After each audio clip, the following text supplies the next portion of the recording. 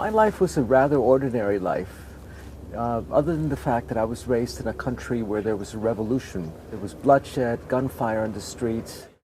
When I was 9 years old, my father gave me a gun and said, "Alberto, when I'm not at the house, you're the man of the house, and you have to sit by the door. And if anyone tries to break into the door, you have to protect your mother, your grandmother, and your sister." So for 3 months, I sat with death. I sat with this loaded gun, which I thought at the beginning was very cool. I was a little boy trying to be a cowboy. And then I realized that I could kill someone or someone could kill me. And finally, the last day, 3 militiamen, bearded militiamen, this was in Cuba during the Cuban Revolution, come to our door. They knock and they start trying to kick it in. And I'm holding the gun and saying, "Do I shoot through the door like my father said?" Then I did what any little boy would do, is I put the gun down and I went to the window. And one of the militiamen saw this terrified 9-year-old boy, and he said to the others, "Come, let's go, there's no one here." And that was a big trauma for me. That impacted me. From then on, had recurring nightmares of people breaking into my house and taking away the ones that I loved. I could not develop any friendships. I was unable to trust. I knew that the people who tried to help me were also the people who could hurt me the most. So I was a real psychological basket case. And then we came to the United States. I studied psychology, and after getting a degree in psychology, I understood why I was as messed up as I was. But I couldn't do anything about it. There was nothing I could do to clear this childhood trauma. And that's what led me to my study of the indigenous traditions, so to the medicine traditions of the Americas.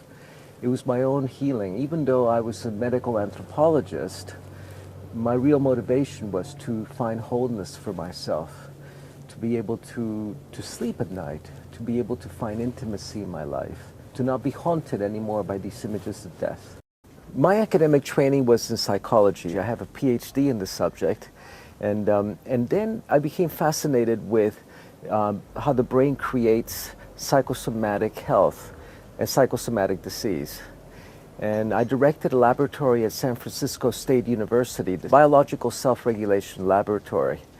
And after studying the human brain and the human mind and the phenomenon of consciousness from a Western perspective, I realized that instead of going smaller and smaller and smaller with the microscope, I had to go bigger and bigger, perhaps even to a cultural perspective that had different notions about time or space than we have. It's at that point that I left my laboratory and went to the Amazon and the Andes to study with the indigenous peoples of the Americas, with the medicine men and women of the Americas. I selected the indigenous peoples of the Americas because my focus of interest was, how do we create psychosomatic health? How do people heal that don't have access to MRIs and high technology medicine, that only have the resources of the mind to create health in the body in the same way that the mind can create illness?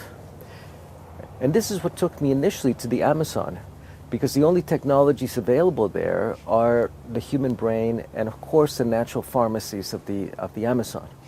And I met extraordinary healers that did not heal the body directly, but that healed through the luminous energy field, which is a luminous energy field that surrounds the physical body and envelops the physical body and informs it the same way that a magnet organizes iron filings on a piece of glass.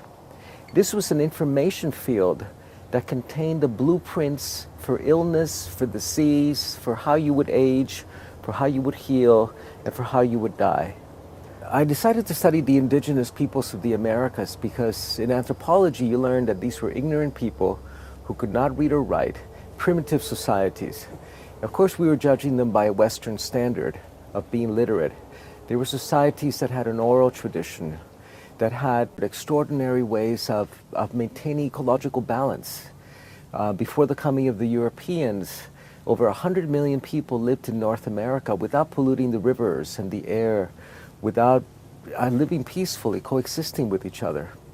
And they were actually disdained by Western society, by anthropology, by science. So I immersed myself in the study of the ways of the Native American, of the Indigenous Americans, and discovered an extraordinary methodology for healing things before they manifest in the body, for reinforming that luminous energy field that surrounds the physical body, which is the matrix, the informational blueprint. Because these wise men and women of the Americas understood that what we call DNA is basically what manufactures the body. DNA manufactures proteins that manufacture the body. It's the hardware. And the hardware was operated by the software, by the luminous energy field. And if you could download version 7.1 of the software, upgrade the quality of the information in your field, you could heal illness. You could free yourself from the genetic curses that we inherited from our mothers and fathers that predispose us to the breast conditions, to the heart conditions. You could literally participate consciously in your evolution, quantum leap into who you are becoming. I was very attracted to working with the Inca, which are one of the last great civilizations, living civilizations in the Americas. But what fascinated me most was to work with the wisdom keepers, which were prior to the Inca. See, the Inca were a very militaristic culture that reigned in Peru from the year 1250 to the year 1500. 275-year long empire. The wisdom teachings were prior to the Inca. They were much more ancient. They were 100,000 years old. They're common to all of the Americas. They were brought across by a small band of courageous explorers that walked the Bering Straits, the frozen straits that connected Russia and Alaska 32,000 years ago. A single body of teaching that was far more ancient than the Incas, who had actually institutionalized that into a state religion, which was no different from any other religion, which was effectively controlling the people. The teachings of the ancient medicine way of the people known as the Laika, which today that term has been used to refer to the witches because they were hunted by the church and barely tolerated by the Inca. These were the prophets, the visionaries, the seers, the extraordinary healers that fixed things before they were born, that were able to dance between the visible and the invisible world. And this lineage goes way back before the Inca. In fact, it was actually repressed by the Inca. But the Inca, of course, culturally and architecturally and astronomically are one of the great cultures and the last living embodiment before the conquest of these ancient traditions.